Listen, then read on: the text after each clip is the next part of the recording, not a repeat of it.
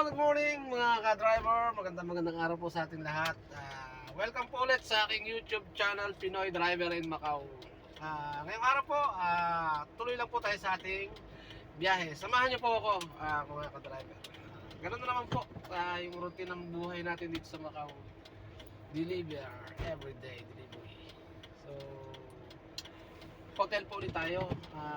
Same po na pinuntahan natin nung nakaraan sa Sans Macau. Samahan niyo po ako sa pagbiyahe dito. Meron din po tayong mga supermarkets na deliver. Bago pa ng lahat, shoutout po pala sa ating mga kaibigan dyan. Shoutout my friend here in Sanchong Supermarket.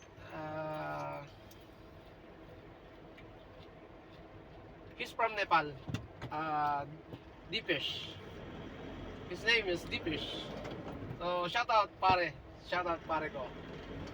And Boss Edmar Pusite ng USA. Maraming salamat sa mag-subscribe at sa pag-follow sa aking channel. Si Madam Rona Lista ng Italy. Mabuhay ka dyan. Maraming salamat po sa pag-subscribe. So tuloy po tayo mga kababayan. Salamat po sa pag-subscribe. Tutok lang po. Biruin mo yun, merong subscriber tayo from USA, meron pa sa Italy. Grabe. Sana po, tuloy-tuloy lang po kayo sa panonood mga ka-driver. Yan. Roll na naman tayo. Yan.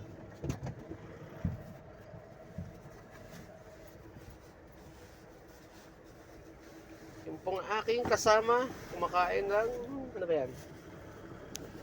Prutas. Ito ba yung aming panlabas sa antok? Red Bull.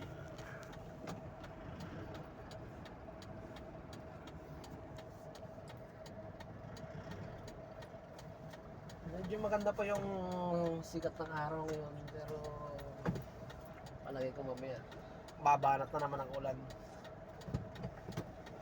Ganun lamang palagi yung pag medyo isang lamang pumapagsak ang ulan.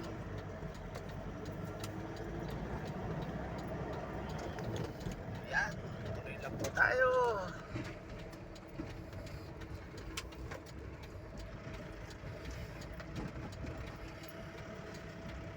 Lahat po ng ating mga kababayan, kung nasan man po kayo, ingat po tayo palagi at sana po nasa mabuti tayong kalagayan lahat.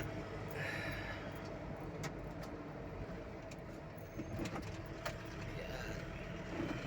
Sana po maraming blessing na dumating sa atin lahat. Yan po yung tulay na papunta ng Taipa. Kabila. Napapansin niyo po mga ka-driver. Ayan o. Pero dito lang tayo sa baba. Macau lang tayo mga ka-driver. Yan.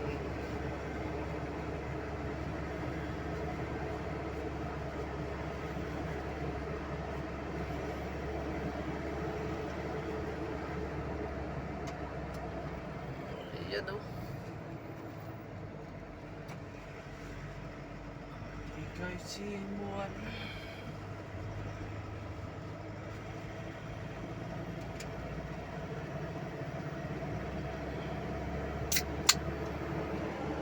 Aking helper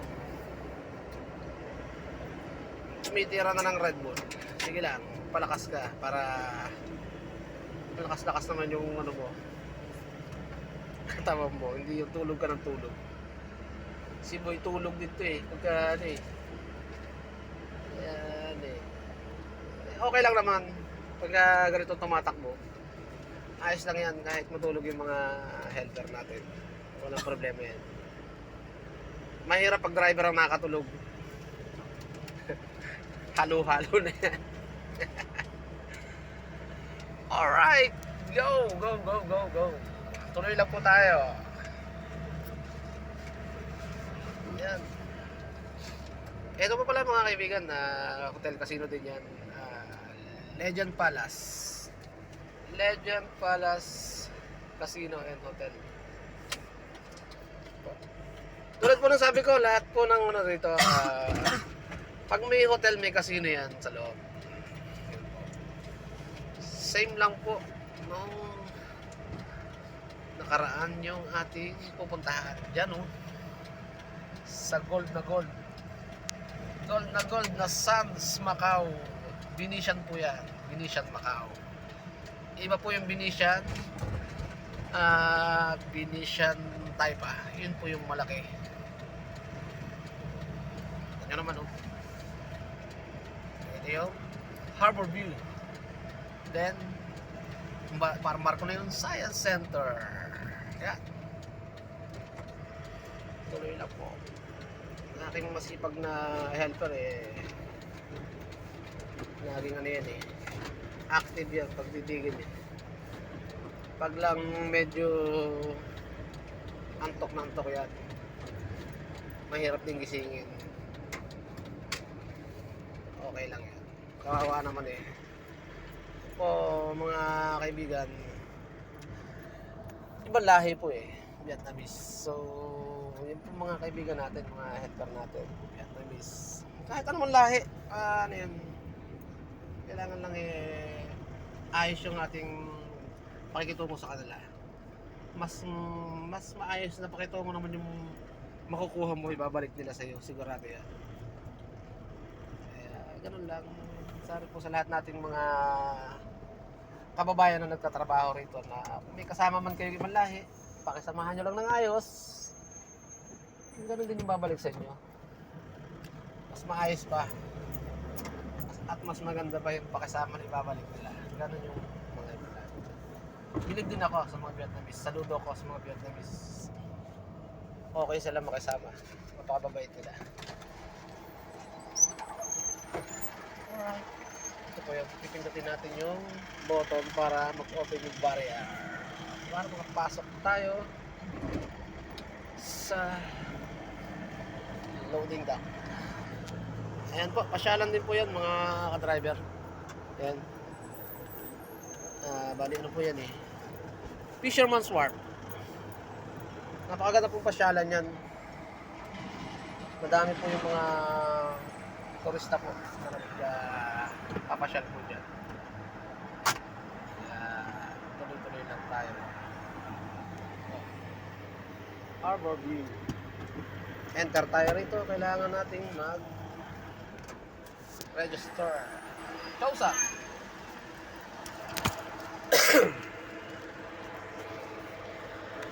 Register tayo ng company name. Then take number. And then telephone number. Alright. Oh, okay.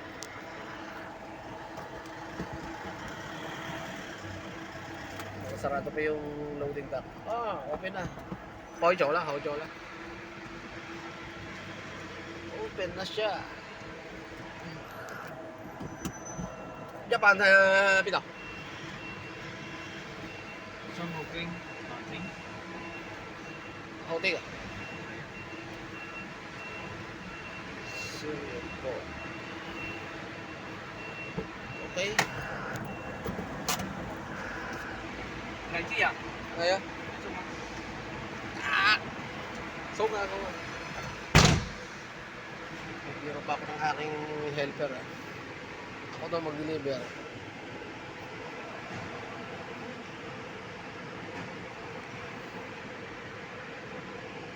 Sige po yung receive yung dadalhin mo muna dyan yung invoice tapos saka yung item dali na doon sa loob sa may freezer, naka-storage nila. Tapos hintayin na lang yung checker para ma-check yung ating goods. Ganun lang po yung ano natin.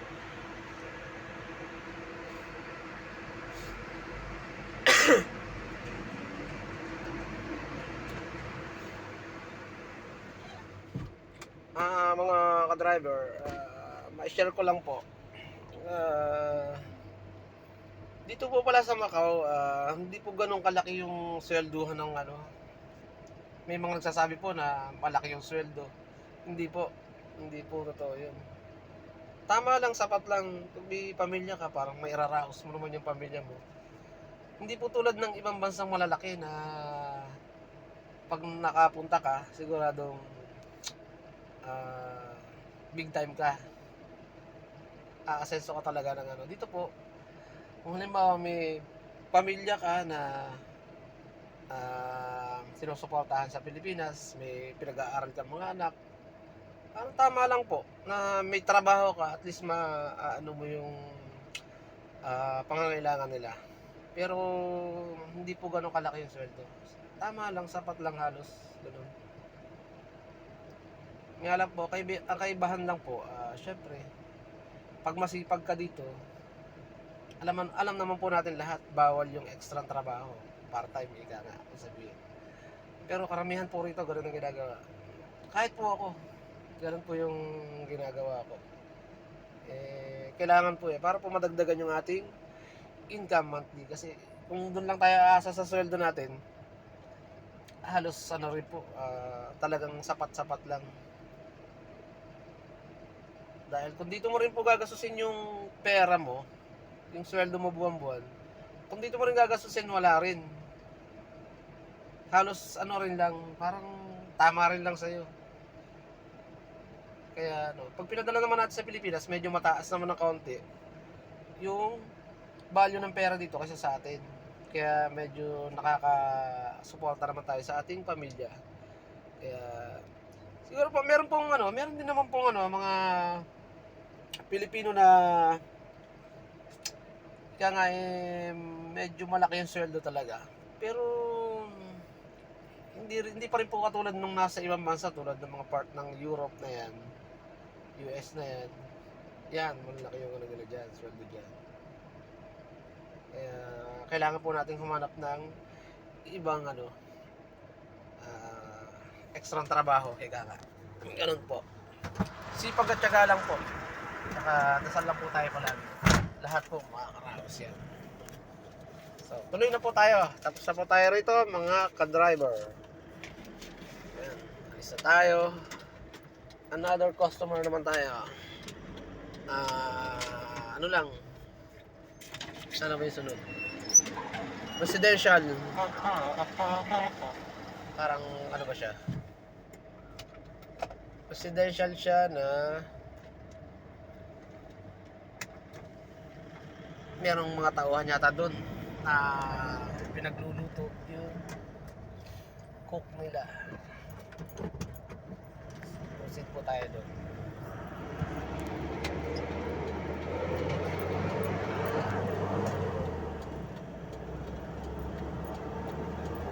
Pasensya na po mga ka-driver, medyo maingay yung makina ng sasakyan natin. Kung naririnig po ninyo, ganun lang po talaga.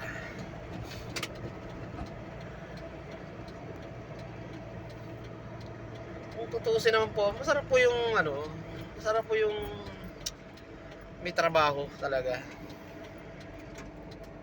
Pero hindi po ganun yung trabaho. Kung may trabaho tayo, kailangan mahalin natin. Tsaka advice ko lang po yung mga ka-driver natin lahat dito sa Macau, mahalin po natin yung mga boss natin. Magsilbi tayo ng tapat sa kanila. At sabi ko nga, kung ano yung pinakisama mo, mas higit yung babalik sa'yo. Ganyan yung awa naman po ng Diyos. Yung boss ko, hindi naman ganun kalaki yung tama, sabi ko nga tama lang yung sweldo, pero komportable ka naman sa amo mo.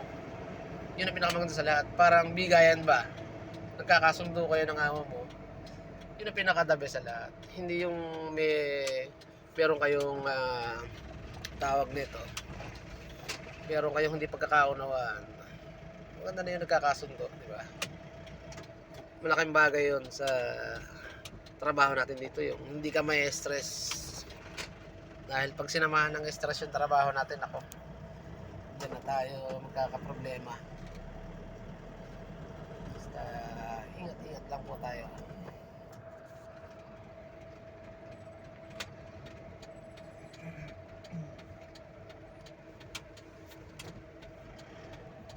Oh, walang parking. Paano yung customer na to, mga ka-driver? Likod lang po to. Likod lang po ng ano,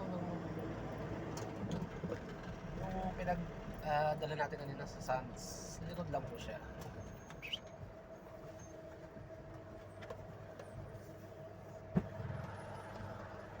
Ayan po. Diyan po sa residential. Residential po yan actually, mga ka-driver. Ayan. May isang ano lang naman. Kunti lang naman yung dadalhin. Yung ano na yun.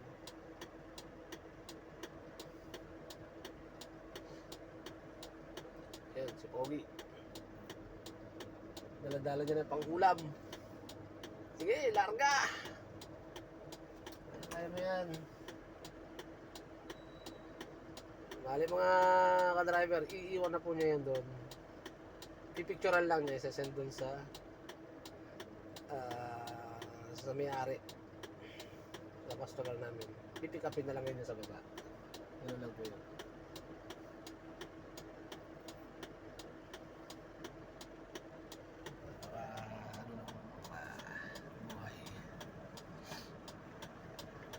Ito pong location pala namin, mga ka-driver, Dynasty Macau.